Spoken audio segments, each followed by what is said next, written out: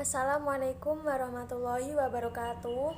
Hai, perkenalkan nama saya Uut Nurfitasari dengan NIM 2020-33060 dari Universitas Muria Kudus dan sekarang semester 4.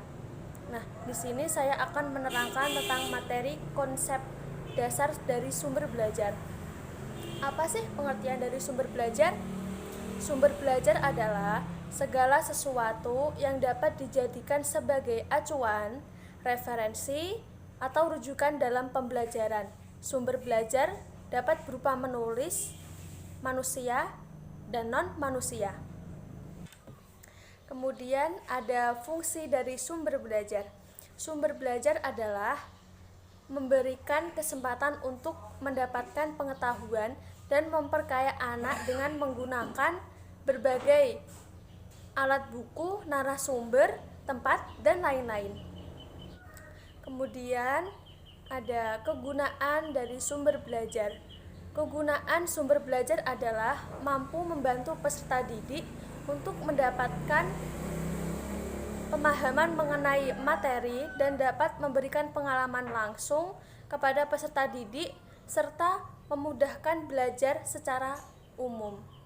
Nah, itu dari kegunaan sumber belajar. Masih semangat kan? Kemudian ada perbedaan sumber belajar, sumber daya pembelajaran dengan media pembelajaran. Apa sih sumber belajar itu? Sumber belajar merupakan segala sesuatu yang berhubungan dengan proses pembelajaran guna memperlancar proses belajar yang menciptakan kondisi belajar agar optimal untuk meningkatkan efektivitas dan efisiensi dalam proses pembelajaran. Contohnya, orang adalah guru yang menyampaikan materi pembelajaran. Nah, segala sesuatu yang dapat dijadikan sebagai sumber belajar. Kemudian ada sumber daya pembelajaran. Sumber daya pembelajaran merupakan kegiatan usaha yang dilakukan untuk dapat meningkatkan hasil dari proses pembelajaran tersebut. Contohnya, mengoptimalkan kinerja guru dengan mengadakan pelatihan dan penataan kepada guru.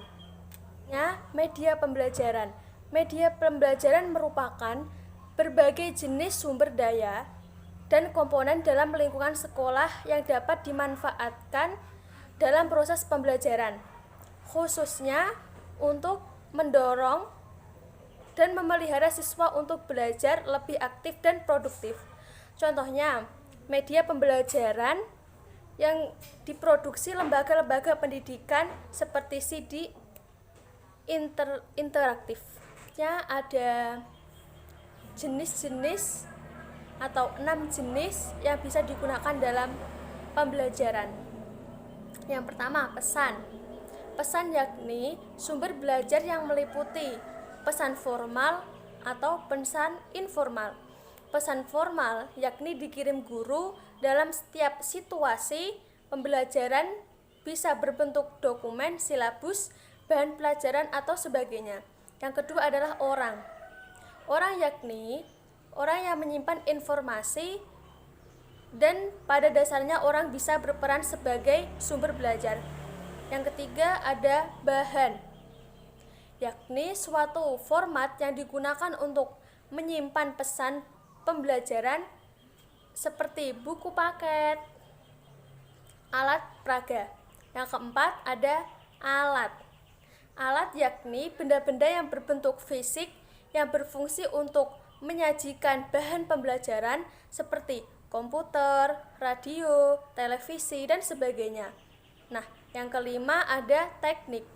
Teknik yaitu cara atau prosedur yang digunakan orang dalam memberikan pembelajaran guna tercapai tujuan pembelajaran seperti ceramah, diskusi, seminar, simulasi, permainan, atau yang lain-lainnya. Yang keenam ada latar atau setting, yakni lingkungan yang berada di dalam sekolah maupun luar sekolah yang dirancang untuk pembelajaran seperti ruang kelas, studio, perpustakaan, aula, kantor, dan sebagainya. Ada model penggunaan sumber belajar. Yang pertama, guru secara penuh.